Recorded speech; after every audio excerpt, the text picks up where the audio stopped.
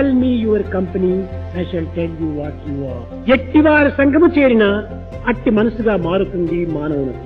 సద్గుణములు కలిగినటువంటి వారితో చేరి సరైనటువంటి యొక్క ప్రవర్తనలో మనము జీవితాన్ని తీర్చిదిద్దుకోవాలి. నిరంతరము కూడాను మనము పవిత్రమైనటువంటి కార్యములో మనం పాల్గొనాలి.